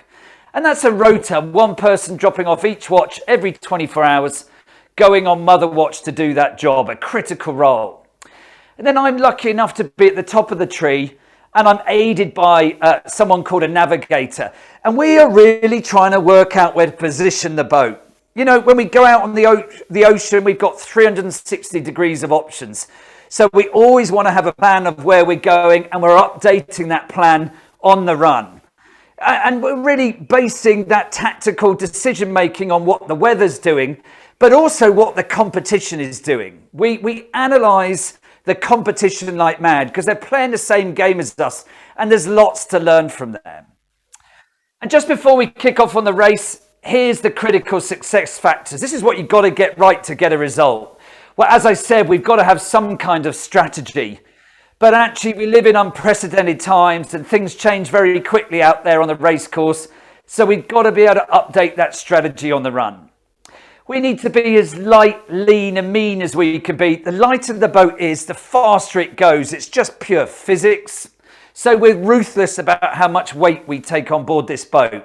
And we do all we can to minimize that weight. It's a real control the controllable. We have to have the right sails up. They need to be trimmed in the right way. And we must be sailing the straightest course we can. We don't really want to be doing this, because every time we're doing this, we're just sailing more miles. So we need a really kind of direct course for whoever's on the wheel. We need great teamwork and faultless maneuvers. We do things time and time again, like changing sails and changing direction. And how quickly we do those things can often be the difference between us and another competitor. You need a high level of motivation and resilience, primarily because success rarely comes in a straight line. Sometimes we get it right and sometimes we don't, as you'll see in a minute. And actually we need to be quick at thinking about how do we get back up rather than looking for who's to blame.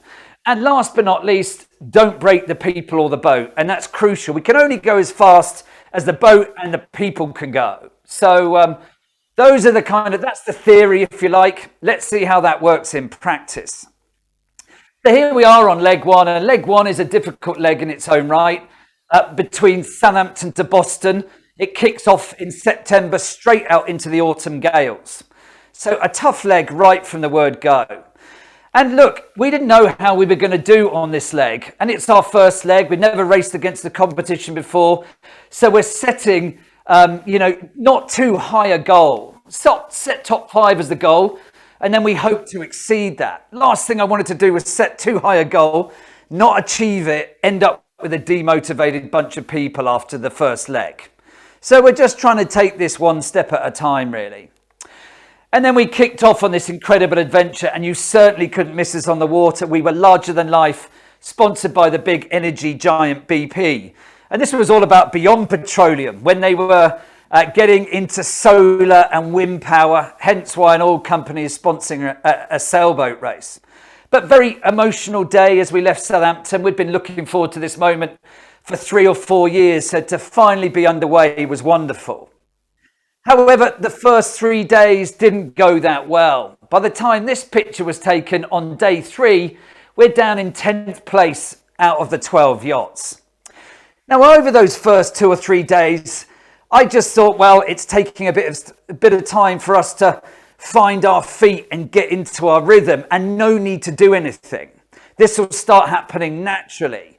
But by day 3, when that wasn't happening, I thought we've got to do something about this. We have a saying out there on the water: if you're thinking about it, you should be doing it.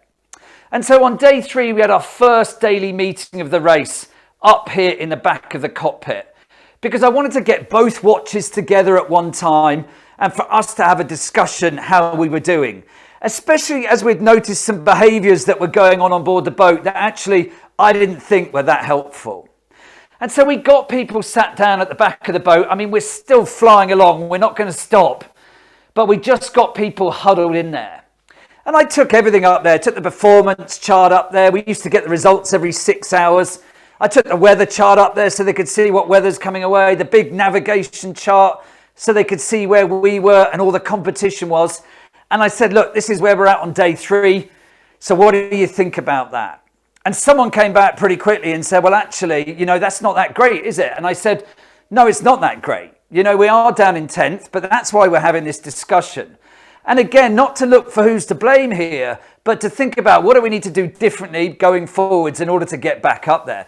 And I said to people, I want you to feel really safe to say what needs to be said. Let's make sure we have all of the conversation and don't leave anything unsaid. And so I said, look, how do you think we're doing as a team? And someone said, well, you know, I don't know whether we are doing that well as a team. Primarily because we had these two watches. But what had started happening already was that they had started competing against each other.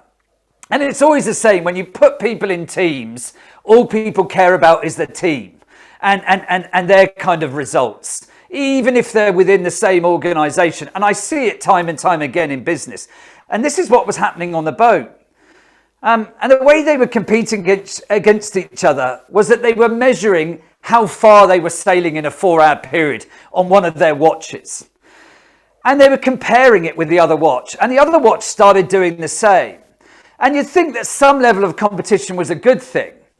But the only trouble is, for every winner, when people were beating the other watch, you've also got a loser when people are feeling, you know, pretty downhearted. And we don't need these kind of peaks and troughs of motivation.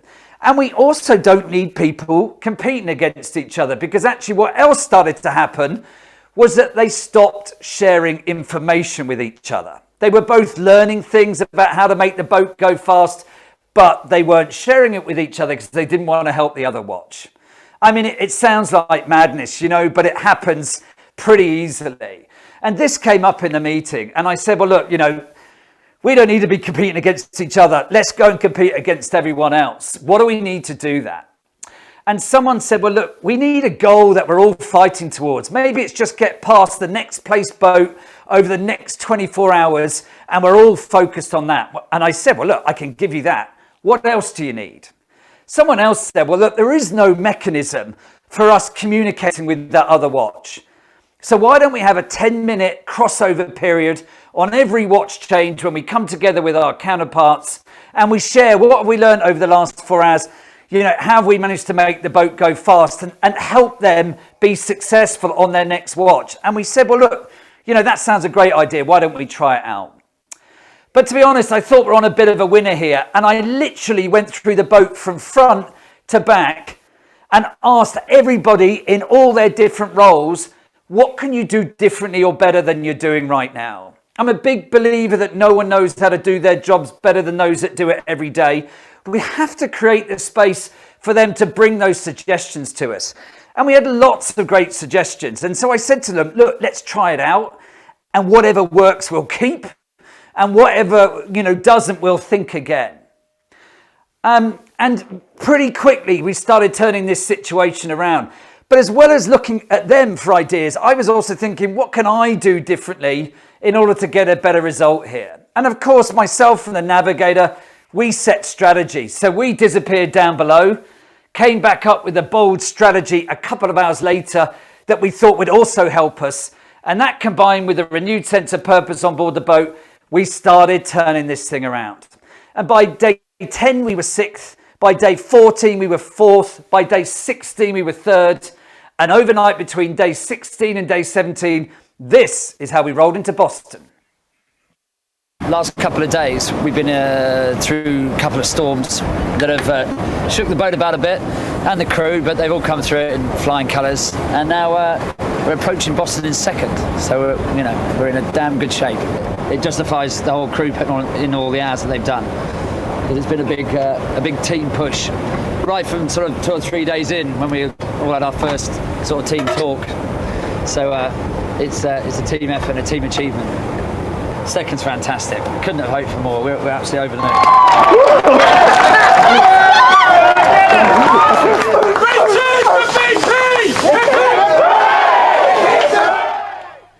By the way, that's not the woman who's looking for a husband, in case anybody thinks something like that's going on board the boat. Lots of stuff goes on board this boat, but not that. That was my lovely girlfriend and now wife come to see us into Boston. So look, you know, it was a great first leg for us. It certainly didn't look that way on day 3, but we absolutely turned it around. And this is what made the difference for us. And it's also what can make a difference for you and your teams in Edwards. First thing is start with safe. Create that safe environment and engage people about how to overcome the challenges that you face. You know, many heads make light work really when they come together, and psychological safety really allows that to happen. The second thing is hoist happy. You know, what's it going to take to get people really happy again and wanting to go after this? But also, what's it going to take to get your customers happy again? Because whatever it's going to take to do that, it's probably worth focusing on. So hoist happy. And last but not least, focus on fast.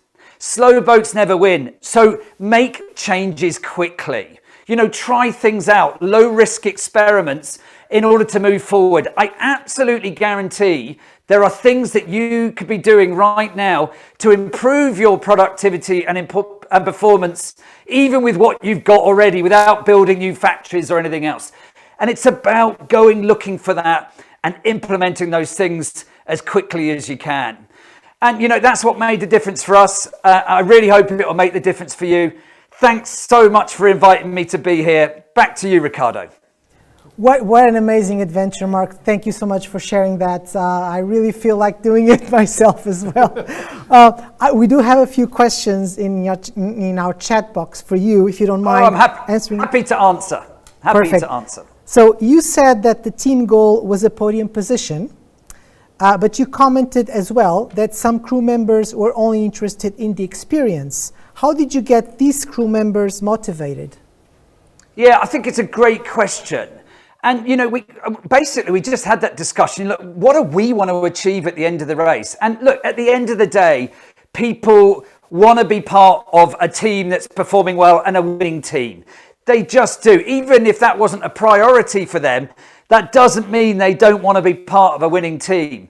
And actually, it wasn't very difficult, you know, to get them to sign up for that. It wasn't about win at all costs for us, but we did want to be on the podium, and they were good with that. They were good with that. Everybody wants to be part of a winning team in one way or another.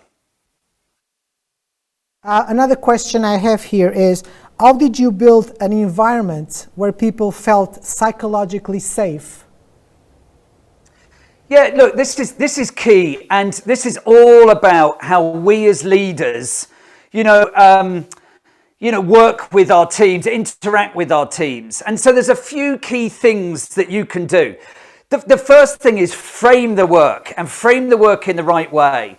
Look, we are having to operate in an environment we've never operated in before.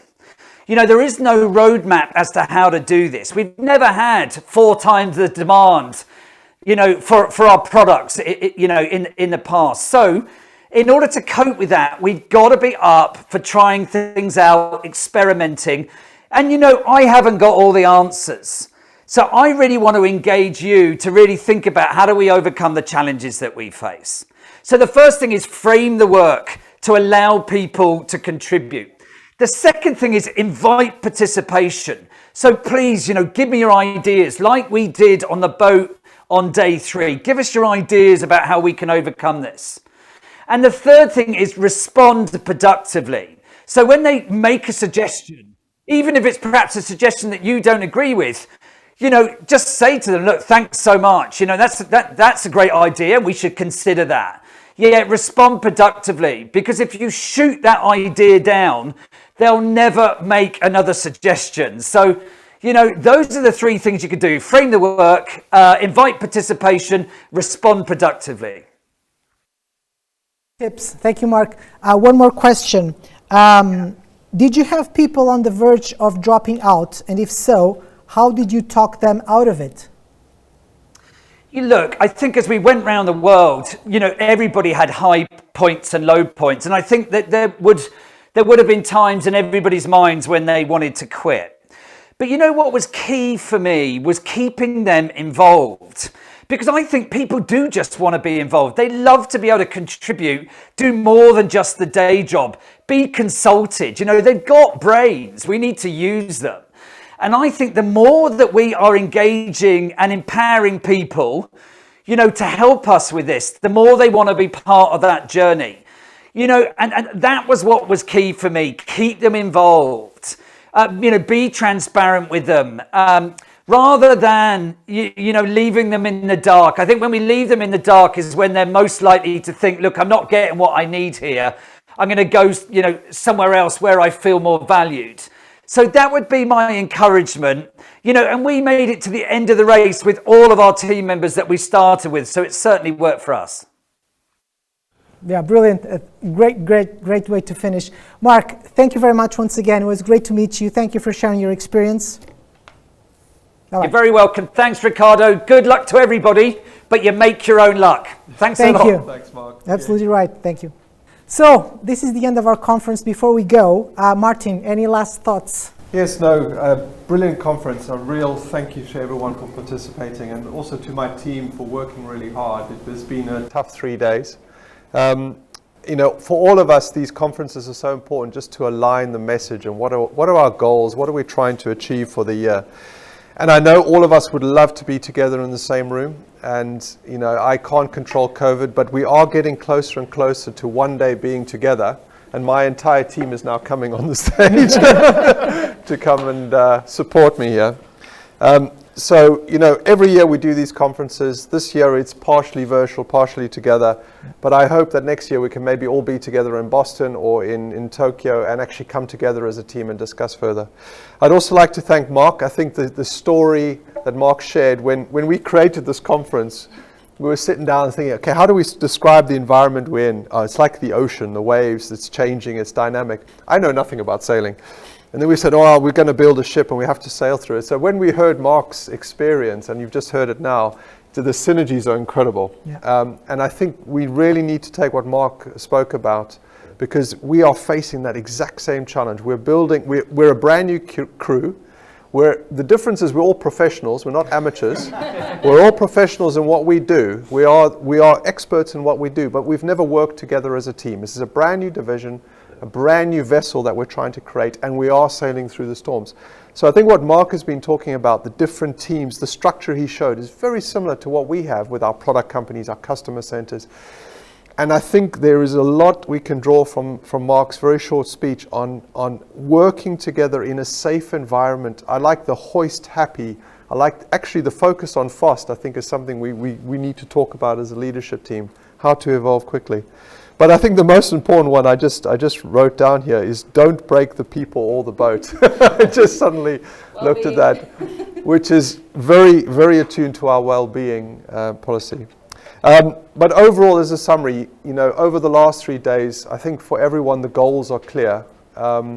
We have a journey that we're undergoing. Part of that journey is building our future, which is building the teams, bringing the teams together, building the infrastructure, the factories of the future for our organization. The other part is dealing with the market dynamics, and here it's about being agile, it's being quick, but we have very clear targets about production output, about customer relationships, etc. I'm confident with this team we'll achieve these targets. It's going to be an interesting year, a dynamic year, another VUCA year, volatile and uncertain. But just picture this, if we achieve these targets, which I'm very sure we will, this division will become a $500 million division in its practically its second or third year, which is an absolutely outstanding achievement. If you add on top of that the plans that we discussed on day one of possible acquisitions and going beyond $500 million to $1 billion, I see that as our journey ahead. So as we sail through the storm together, build our infrastructure, become stronger as a team, and achieve these goals one step at a time, we build the foundation for the future.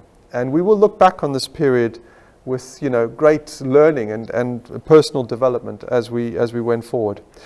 So please, you know, the theme of this conference is Stronger Together.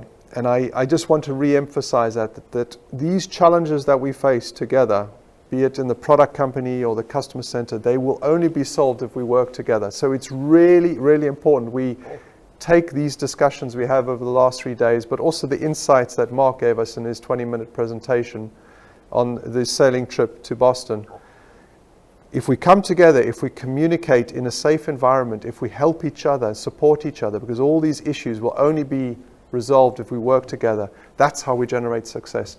And then at the end of that, we will have a division that's financially secure, a division that's financially large, but also as a team, we will be stronger together. And that is the absolute key thing for this year.